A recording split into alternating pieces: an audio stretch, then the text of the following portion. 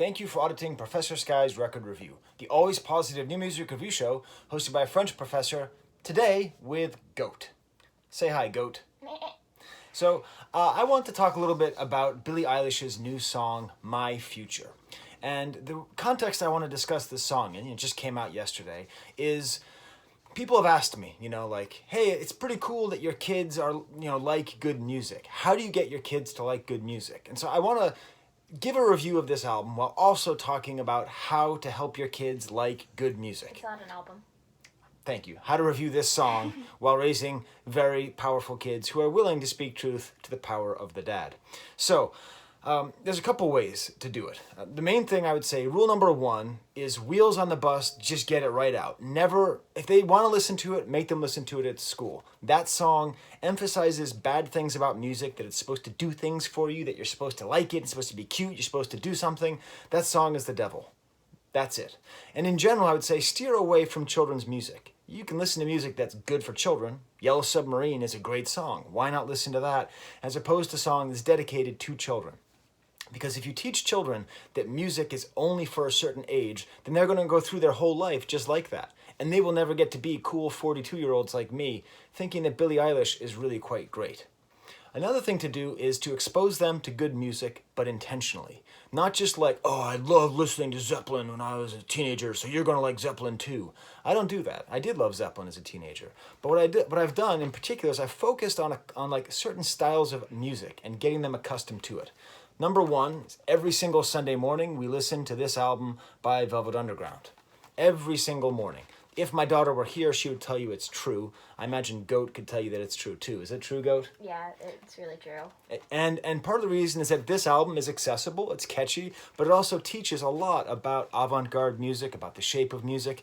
Just by having this as a key, you can learn so much about music. And we listen to it every Sunday morning. We eat pancakes, we listen to Sunday Morning, the song by Velvet Underground, and it all fits together, and it's a thing we listen to and love as a family. Another great album that we listen to, which is going to come back later in the review, is Hot Buttered Soul by Isaac Hayes. That came out of left field, but I'm telling you, my kids and I used to listen to this album all the time. I mean, all the time.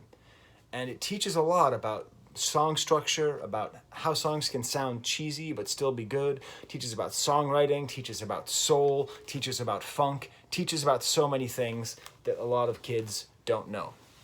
So what I'm going to do today is I have my whole notes, my whole set of notes about the Billie Eilish song. But I had my daughter, before I came up here, she's downstairs, I had my daughter type up her notes as well to this song.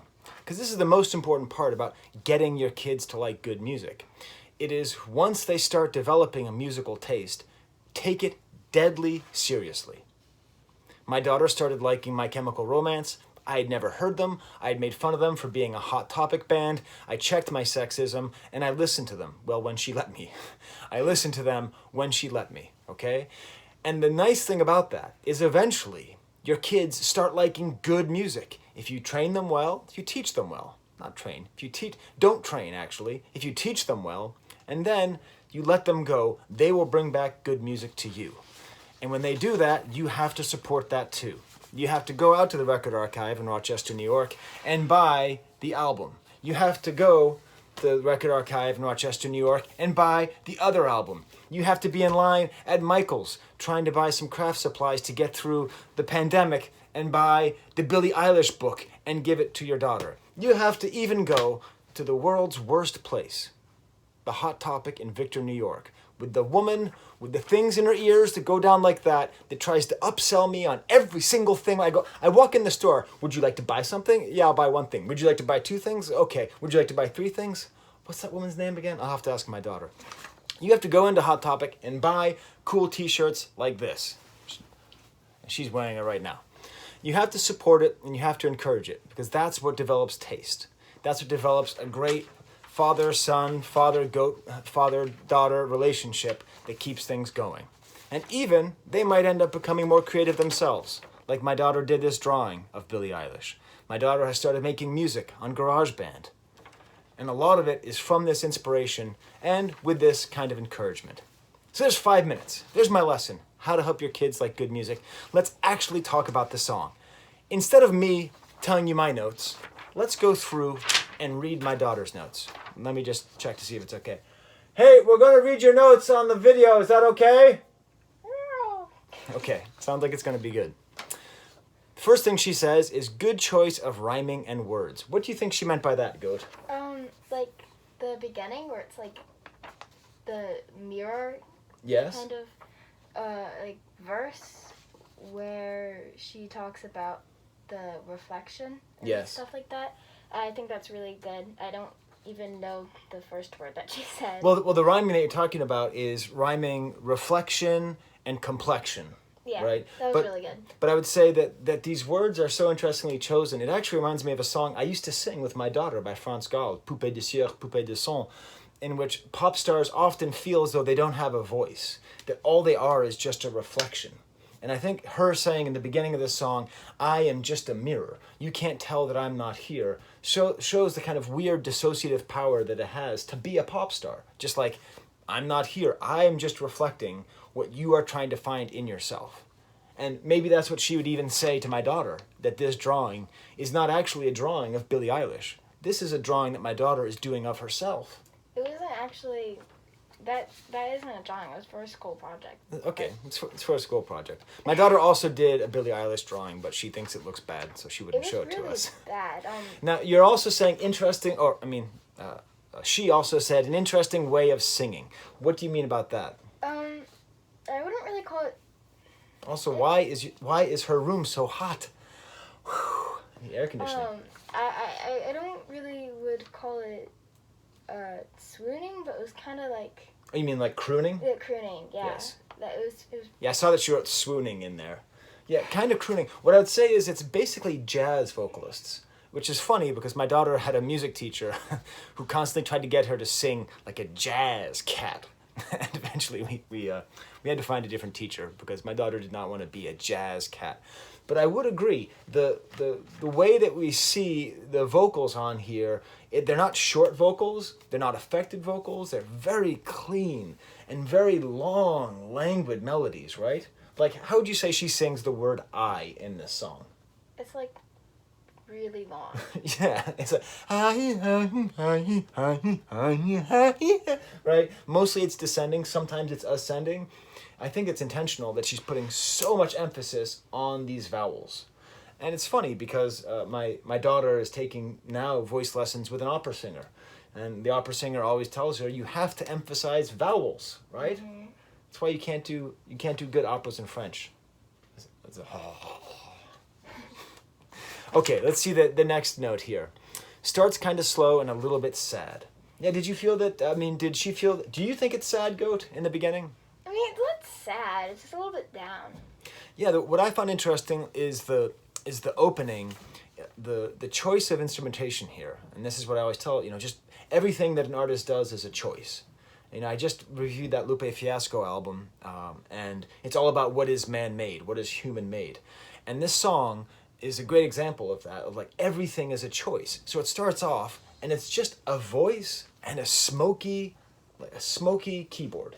And I say kind of a smoky keyboard because it sounds kind of far away. And I think I even saw a note in here that it feels kind of dreamy. Yeah. Right? The whole thing feels kind of dreamy. It just sort of starts off. And you're kind of getting drawn into this thing. And it does feel kind of sad. But I don't actually feel sad. This doesn't feel like self-pity. This doesn't feel like a teenager being like, nobody sees me, I don't have a reflection. I am a reflection, right? It feels like it's actually, I'll read these notes, thank you. No, I actually found a way to read them. Well, she didn't give you permission to read them. She gave me permission to read them. Oh, she definitely gave me permission. But I definitely like the idea that it starts off sad. And also in here, it talks about that she's excited to see what's next for her. What did she mean by that, do you think? Cause, like in the song she says that, You gotta speak to the camera, Goat. Sorry. And speak strongly, right? Didn't you just read a book about Susan B. Anthony? I mean... I did, yes. But I have, like, a lot of plastic surrounding my mouth. Yes, so you must speak louder. Okay, so, it's like, she said that she's in love, but not with anyone else. She's in love with her future, and that's, like, the main point of the song. that So she's what does it mean to be in love with your future? like she's just really like excited and hopeful to see like what's next for her. Right. How can this be a sad song? I'm in love with my future? That is the least edgy thing you could possibly say. Like, if you're edgy, you'd be like, my future is black, like my soul, right? This is totally not edgy. And I think she communicated that in this magazine, which she surely wrote single-handedly. If you actually see right there, it says her fame, her fashion, her future. She didn't write it. I know, that's a joke. Yeah. She probably doesn't even know this exists. Because that's what it is to be super famous. Right. So, very cool, very interesting idea that her future is what she's in love with. And I would say that lyrically, that makes this song unique. I've never heard a song, and I've heard thousands of songs, where she's putting out this opposition. There's love. There's this very handsome man who she really wants to be her future, she says, or she wants to be his future. Right. And then there is her future. Like, and what's the difference between those? Like, she wants... When did she mention the very handsome man? Well, we'll get to that. We'll get when it changes. Oh, well, actually, that's the next note right here. Gets really upbeat. It does. So at a certain point, she goes through and she talks in this. She sings in this languid way. I think it's very important next time she listens to the song to pay very close attention to the production on here. Once again, it's produced by her brother, Connor Eilish. No. Brandon Eilish. No. Phineas. Yes. Phineas O'Connell. Yeah. Okay, so it's produced again by her brother, which is an important detail, right? Because now she's famous, now she's the queen of the world. Maybe she could have gotten Max Martin or Jack goddamn Antonoff to produce something, right? She could have done all that stuff, but she's staying true to herself. She's staying true to what got her here. And what's cool is that this is a total stylistic break from her previous stuff, right? I don't think this would actually fit very well on this album, which is so much more electronic. No, it could have fit on this album. It could have? I guess I don't know it that well. Yeah. Yeah, well, you know more about Billie Eilish than I do. So the if you listen to the production, Phineas's production here, it's amazing just in the background because before the drums come in, before the song picks up, they start to double her vocals, right? So you hear her singing and then her singing the same thing twice. And then you start hearing a third version of her singing somewhere else, and it's doing something else. And just the keyboard, everything is so gentle, so nuanced. I think that type of thing is like call and answer. Oh, call and response? Yeah, call and response. Like, I heard that a lot. Yeah. Okay. So that. Oh yeah. I remember she was saying she was proud of that point. So it's kind of a call and response thing to what's happening here. But then the drums come in. I wasn't expecting these drums. These drums come in. They're pulsing drums, double hi-hat. A guitar comes in, a very funk guitar, and then she starts singing. And then I realized this is not edgy, and this isn't even jazz. This isn't jazz for jazz cats. I would say that if my daughter likes this music, it's not just because I went to Michael's and got her this while I was buying poster board and glue. It's because of this. I would actually say that Hot Buttered Soul, Isaac Hayes' 70s era soul, is the mode that Billie Eilish and Connor Finnegan, Phineas O'Connor's... No. O'Connell? Mm-hmm. I would say that is the mode that they're going in here. This song has a very sultry, excellently sung, interesting funk soul, like right on the border of funk and soul. It's great. It's really, really great. And that's what really comes in with the drums. And my favorite thing about this whole song is just the movement. It starts one place and it ends somewhere else. And it's when the drums come in that it becomes a song exclusively about the future into this handsome man. Right? What handsome man? Trust me, it's in there. It's not. I believe the lyric is, I want to be your answer because you are so handsome. What? But this is the whole thing, okay? Because, and one of the notes that I really like on here from my daughter is people judging her for not dating. And my daughter is in middle school. And I think my daughter often feels judged for not dating. Do you think that's true, Goat? Yeah, because all of her friends are dating. It's kind of weird. 7th grade? I mean, I didn't have my first date till I was in college. Still, Well, okay, I had one date in high school, didn't end well. I could do a whole thing about that. But yeah, but like the idea of dating and judging for not dating, I think this makes this a very relatable song, especially for girls who don't want to define themselves by their ability to attract boys and to be the cool girl that all the boys want, right? And it's great. It really is actually an anthem. This is an unintentional feminist anthem. Because it's not saying, girls, you don't need a man. It's saying, I, human being, Billie Eilish, don't need a man. Which is a totally different sentence. It's a totally different idea than talking about all girls, all everywhere. She is leading by example. Not just a man, but she doesn't need someone. Because they said, well, don't you need someone? Aren't you supposed to be lonely? And she's just like, well, aren't I someone? Right. And it's a really empowering song in a very meaningful, excellent way. And that she's able to say that she doesn't want this man. And she talks about she should not drive him home, which is interesting that she would be driving him home. Nice reversal of gender roles there. And if she drove him home, she would be invited in, and then she would become his again. And it's cool because it's wistful. She does know that she's missing something. She does actually find this man attractive. She does know that if she were to give in and go with him, that they would be together and they would be a couple. But she's in love with something else. What is she in love with, Goat? Herself and her future. Her future. What an amazing, inspirational thing. A nice way of thinking about it, too, is the drums are, once the drums kick in, the drums become the star of the show. I'm sorry, Billie Eilish's vocals are great, but these drums are just, there's nothing electronic in this whole song, by the way. There's no vocal manipulation, there's no keyboards, there's no from the album last year. Is that a good impersonation, Goat?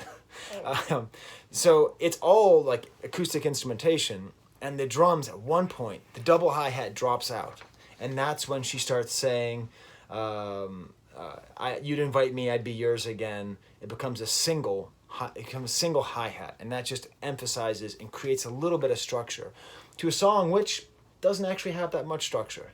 Yeah. It doesn't, like the chorus doesn't jump out. She repeats something a couple times. There isn't that much rhyming in the song. There's some, but it's not insistent on it. It's really a long form, it's almost like a single idea that goes and starts here and ends up there and goes along different places, but doesn't have a traditional structure where there's like the hook that comes in. And yet, do you think it's catchy, Goat? Yeah, it's really catchy. It is. We listened to it 3 times together, or my daughter and I listened to it 3 times together, and it's really, really catchy. But it's not catchy in like the, where do you want from me? I like to cop to me. What to do, what to be? Where could you go? It's not like that. It's catchy in this very languid, long melody that just keeps going. Goat, are you trying to show off that Toby's in the back? Yeah, Toby's in the back. Toby! Yeah. Oh, they still can't see Toby. Aww. It's okay. Hi, Toby. So, and really when the drums come in, that's when it becomes clear it's about this internal debate about the difference between being lonely and being okay with being lonely. I'm not going to go over the rest of her notes. Notice Light isn't going back and is fine with it. Really good song, some background. And then also, Goat wanted to talk about the music video, which I also saw. What do you want to say about the music video? It's like really good. It's basically Japanese animation, right? Yeah. It feels like My Neighbor Totoro outtakes, right? Yeah, but there's this one frog in it that's so cute. Yeah, the frog is very cute. And the video itself morphs and changes over time. It's a really good video, and like the video like starts like really like rainy and kind of like a dark night, and then like once the like drums come in, there's like a bunch of just like plants grow, and it's like really sunny.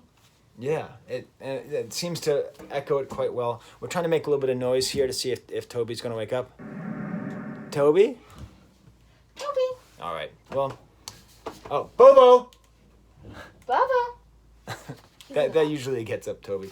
All right. Well, anyways, thank you so much for watching. I hope that helps you to appreciate this song. And I hope, in case you're a parent and you'd like to know... Oh, there's Toby. You see him? He's right over there. No, your finger's there. Yeah. Another way to think about how to interact with your kids and encourage music. And if this is too self-indulgent, I'm sorry. But this channel's the family. Okay, well, until next time, for Toby, Isaac Hayes, and Steve Cropper. And for Goat, there's the camera. What do you say, Goat?